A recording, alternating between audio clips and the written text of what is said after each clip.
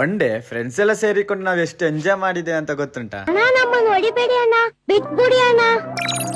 ವೀಕೆಂಡಿಗೆ ಎಲ್ಲಿಗಾದ್ರೂ ಹೋಗುವಂತ ಫ್ರೆಂಡ್ಸ್ ಎಲ್ಲ ಸೇರಿ ನಾವು ರೆಸಾರ್ಟ್ಗೆ ಬಂದಿದೀವಿ ಅಷ್ಟೇ. ರೆಸಾರ್ಟಿಗೆ ಬಂದ ತಕ್ಷಣ ಕೈಗೆ ಒಂದು ಯೆಲ್ಲೋ ಕಲರ್ ಬ್ಯಾಂಡ್ ಹಾಕಿ ತಿಂಡಿ ತಿನ್ಲಿಕ್ಕೆ ಹೋದೆವು. ಆಯ್ತು, ತಿನ್ನುವುದರ ಬಗ್ಗೆ ಹೇಳಿದಾಗ ಅಣ್ಣನ ಮುಖದಲ್ಲಿ ಖುಷಿ ನೋಡಿ ಎಷ್ಟು ಚೀಪ್ ಅನಿಸ್ಬಿಡ್ತು ಅಂದ್ರೆ ನಿಮ್ಮ ಬೋರ್ಡ್ ಮಾತ್ರ ನೀವು ಓದ್ಲಿಕ್ಕೆನೆ ಹೋಗ್ಬೇಡಿ, ತಿನ್ಲಿಕ್ಕೆ ಎಂತ ಇತ್ತು ಇಲ್ಲಿ ನೋಡಿ. ಬ್ರೇಕ್ಫಾಸ್ಟಿಗಂತೂ ತುಂಬಾ ವೆರೈಟಿ ಇತ್ತು. ಅದರಲ್ಲಿ ನನ್ನ ಫೇವರೇಟ್ ಸೀರಾ, ಗೋಡಂಬಿ ದ್ರಾಕ್ಷಿ ಎಲ್ಲ ನನ್ನ ತಟ್ಟೆಯಲ್ಲೇ ಇತ್ತು. ಹೌದಾ?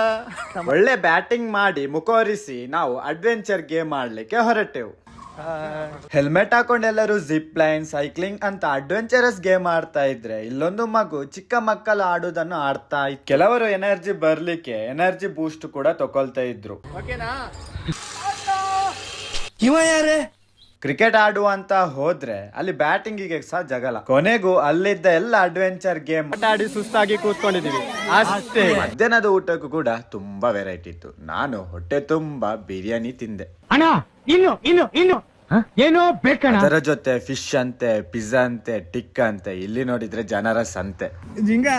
ಕೊನೆಯದಾಗಿ ಸ್ವಿಮ್ಮಿಂಗ್ ಪೂಲ್ ಅಲ್ಲಿ ಆಟ ಆಡ್ಲಿಕ್ಕೆ ಹೊರಟೆವು. ಹಾಗೆ ಸ್ವಿಮ್ಮಿಂಗ್ ಪೂಲಿನಲ್ಲಿ ಎಲ್ಲರೂ ಸ್ವಿಮ್ಮಿಂಗ್ ಮಾಡಿದ್ರೆ ನಮ್ದು ಮಾತ್ರ ಡ್ಯಾನ್ಸ್. ಆಯ್ತಾ, ಸ್ವಿಮ್ಮಿಂಗ್ ಗೊತ್ತಿಲ್ಲದವರನ್ನು ನೀರಿನಲ್ಲಿ ಮುರ್ಕಿಸಿ ಕಿತಾಪಾತಿ ಮಾಡಿದ್ದು ಸಹ ಉಂಟು. ಡ್ಯಾನ್ಸು, ಫೈಟು, ಕಿತಾಪಾತಿ ಹಾಗೆ ಫುಲ್ ಎಂಜಾಯ್ ಮಾಡಿ ಕೊನೆಗೊಂದು ಟೀ ಕುಡಿದು ಮನೆಗೆ ಹೋಗ್ತಿದ್ದೇವೆ ಅಷ್ಟೇ. ಸಿಗುವ ಆಯ್ತಾ.